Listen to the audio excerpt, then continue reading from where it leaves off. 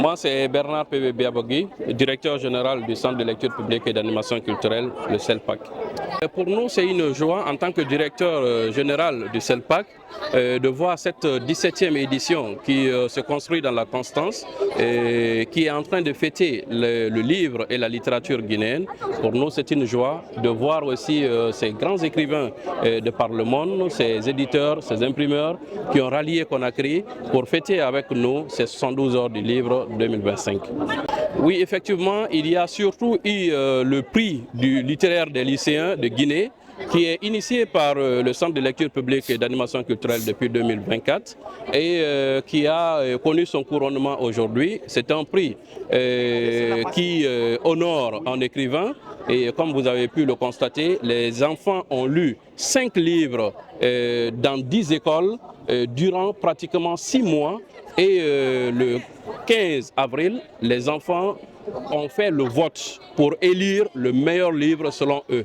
Raison pour laquelle aujourd'hui, après avoir fait la délibération, nous avons constaté que celle qui a gagné, c'est l'écrivaine Mabeti Souma pour son livre Sens interdit. Mais entre le premier et le deuxième, il n'y avait qu'une seule personne entre eux. On n'avait pas prévu de donner un deuxième prix, mais vu que c'est seulement une seule personne et connaissant la difficulté dans l'écriture, connaissant les réalités de l'écriture, nous avons aussi décidé de décerner un autre prix à monsieur Betty Lai Camara pour son livre Âme sœur. Vous savez, on a l'habitude de dire en Guinée que la littérature ne nourrit pas son homme. On a l'habitude de dire que les écrivains n'ont pas de bonheur, ils n'ont que l'honneur. Et nous voulons inverser cette tendance. C'est pourquoi nous essayons aujourd'hui d'honorer les écrivains.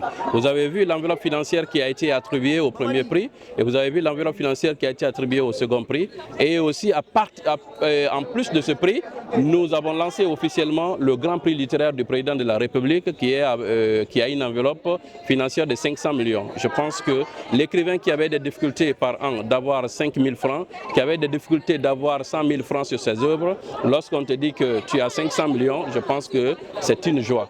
Et donc on voudrait célébrer ces écrivains qui sont notre vitrine, qui nous aident à nous comprendre, mais aussi qui nous aident à construire notre avenir. Donc ces écrivains-là, qui sont assis dans l'ombre la nuit, ces écrivains doivent être célébrés, raison pour laquelle nous organisons ces prix pour les célébrer, comme on célèbre les musiciens, comme on célèbre les gens de la beauté, donc il faut aussi célébrer l'intelligence intellectuelle.